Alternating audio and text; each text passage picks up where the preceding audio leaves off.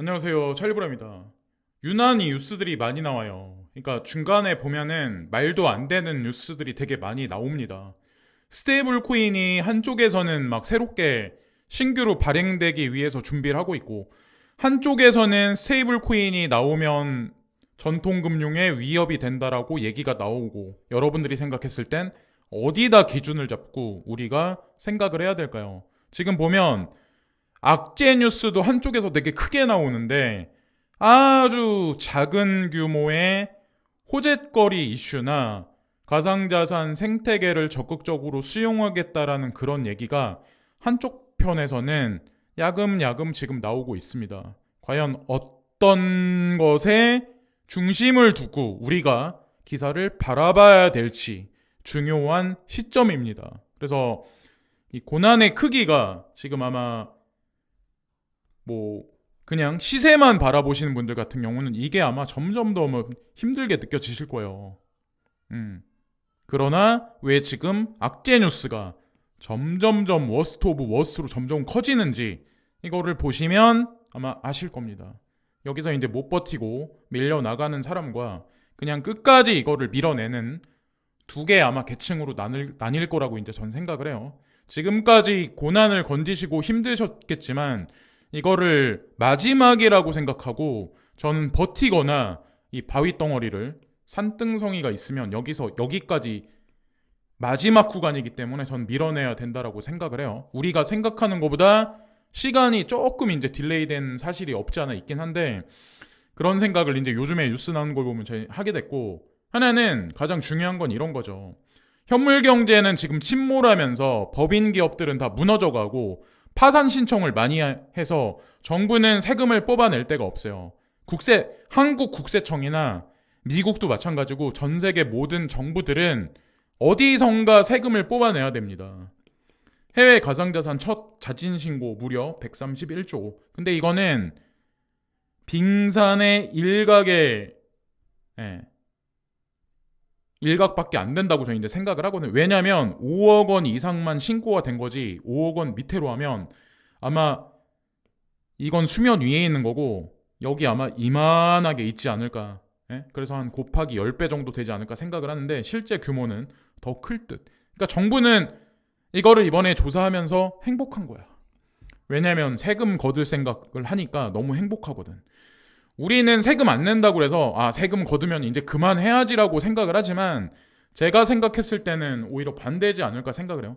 세금 걷는다라고 하면 가격을 더 올려놓지 않을까요? 뻥튀기 기계가 있잖아요. 뻥튀기 기계 마른 옥수수나 마른 뭔가 곡물을 집어넣으면 그게 열을 가하고 압력을 가하면 이만큼 넣었던 게 나중에 이만해지잖아요. 아니 이런 마중물 역할을 하는 게 가상자산인데 그거를 정부가 모를까요? 그 사실을 알고 있을 텐데. 스텔라 재단 CEO 스텔라 루멘 곧 스마트 컨트랙 도입, 이더리움 같이 이제 스마트 컨트랙 기능을 스텔라가 도입한다. 그래서 제가 이거를 그냥 사람들이 비트코인이 오르냐, ETH가 오르냐, XRP가 오르냐, 뭐 하다못해 XLM, 스텔라 루멘이 오르냐, 뭐 누가 뭐 좋다 나쁘다 이런 거를 딱 정의 내려서 규정 짓지 말라고 제가 이제 말씀드린 이유가 바로 이런 거죠. 응? 갑자기 튀어나와서 스텔라 루멘이 이더리움 같이 스마트 컨트랙을 도입을 하겠대. 네.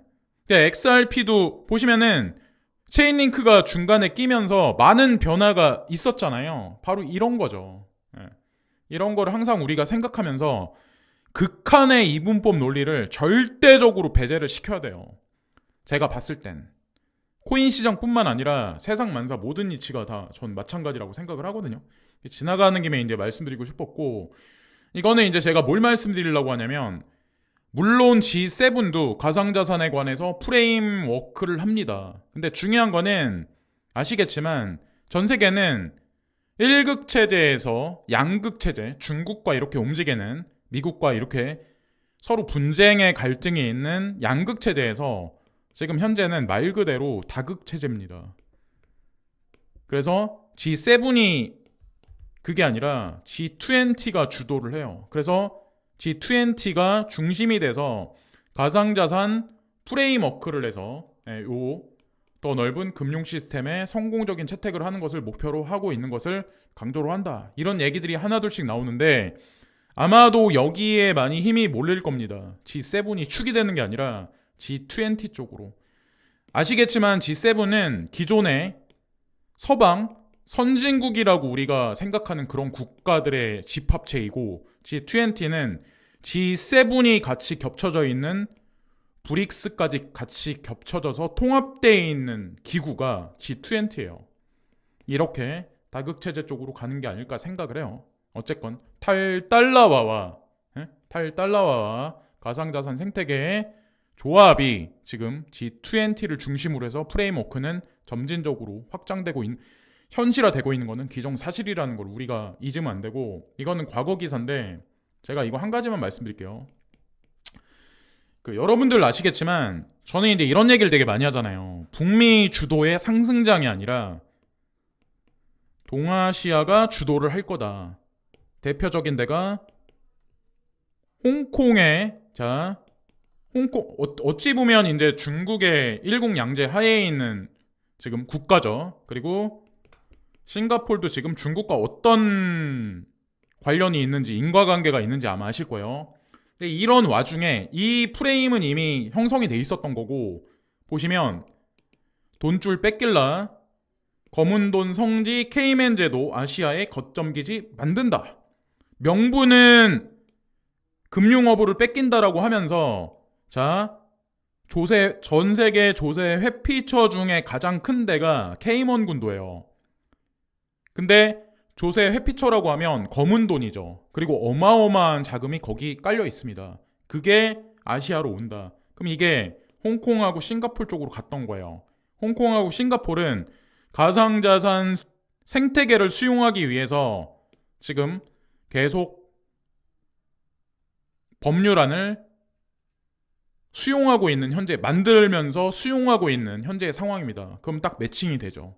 이게 제가 말씀드렸던 여러 가지 것들이. 케이먼 군도는 참고로 아시아에 있는 다국적 기업들만 여기를 사용하는 게 아니라 바하마라든가 하여튼 여러 개의 어떤 그런 군집들이 있는데, 전 세계에 있는 미국에 있는 기업도 그리고 한국에 있는 다국적 기업들도 여기를 많이 사용을 합니다. 그러니까 이게 5월달 거니까 그때서부터 사실 슬금슬금 코인들을 사 모았었을 수도 있어요. 우리는 시장에서 떠났었지만. 그리고 이건 이제 우크라이나에 관한 얘기를 이제 제가 말씀드리려고 하는데, 저는 이제 이렇게 말씀드리고 싶거든요. 제 생각은 우린 이런 생각을 했어요. 왜 미국은 이 전쟁을 종식시키지 못할까? 종식시키지 못하는 걸까? 안 하는 걸까? 라고 한번 물음표를 한번 던져보시고, 또 하나는 이 유로존에 이제 나토라고 있어요. 나토는 실제로 우크라이나를 돕기 위해서 진짜 칼을 빼들고 러시아를 공격을 한 걸까? 공격한 척 한 걸까? 어떤 게 진실일까요?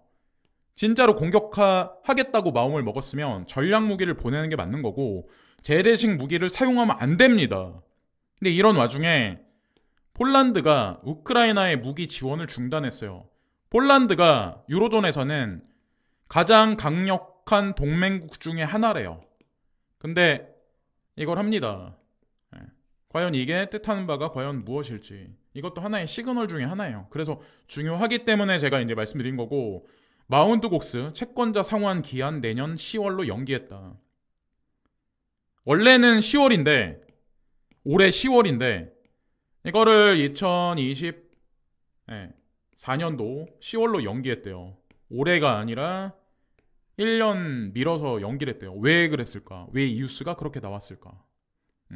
여기도 한번 물음표를 한번 던져보시고, 그러면 뭔가가 있지 않을까라는 생각을 이제 전 해요. 그리고 이거는 또 다른 기사인데, 트럼프라는 이분이 과연 이 대만에 관해서 어떤 생각을 하고 있는 건지, 기사가 몇몇 개가 있었어요. 어제도 이제 제가 영상에 트럼프 난 대만 방어 약속 안 해. 미 대선에 출렁이는 국제 질서.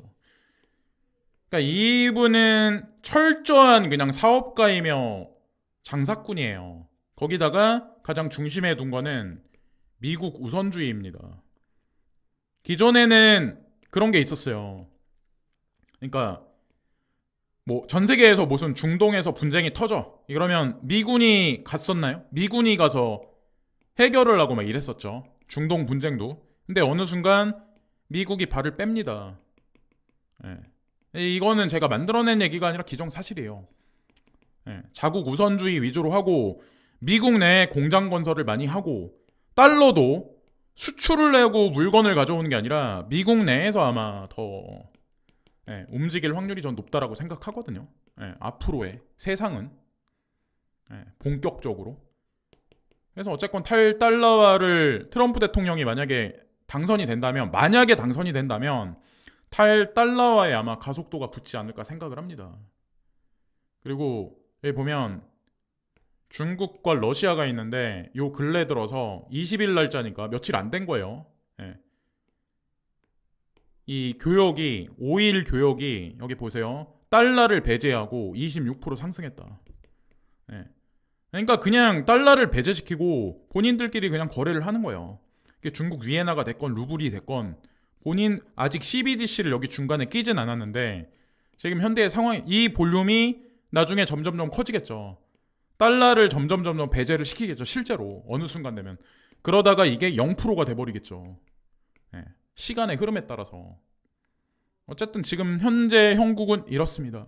제가 이거를 말씀드리는 거는 탈달러와의 현실화에 관해서는 이제 말씀드리고 싶었기 때문에 이 기사를 가져온 거예요. 항상 이제 오늘도 말씀드리는데 저는 전쟁을 일으킨 당사국인 러시아를 좋아하는 것도 푸틴 대통령을 좋아하는 것도 그렇다고 뭐 시주석을 좋아하는 거 이런 거 없어요.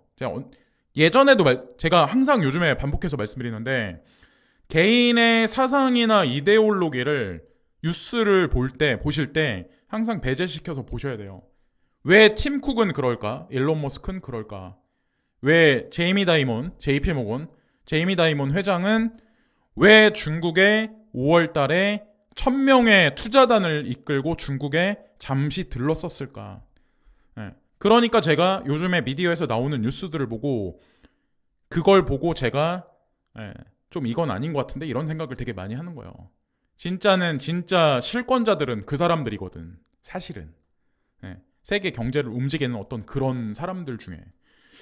자, 하여튼 그렇습니다. 여기까지 말씀드리면서 방송을 마치겠습니다. 즐거운 명절들 되시고 이제 뭐 지쳐서 나가시는 분들은 할 수 없는 거고 웬만하시면 지금까지 버티신 분들은 제가 아까 초반에 말씀드린 것 같이 그 마지막 힘을 다해서 바위 덩어리를 산 정상에서 뽀개버리든지 밀어내셔가지고 인생에서 큰 승리를 거두시기를 기원합니다. 거두실 거라고 전 믿어요. 몇몇 분들은 도태가 되겠지만 다수의 제 영상 시청자들은 인생에 큰 승리를 거두실 거라고 전 믿습니다. 자, 오늘도 시청해주신 많은 분들께 깊이 감사드리고 좋은 명절 되시고 운전하시는 분들은 안전 운전하시고 평안한 하루 되세요. 감사합니다.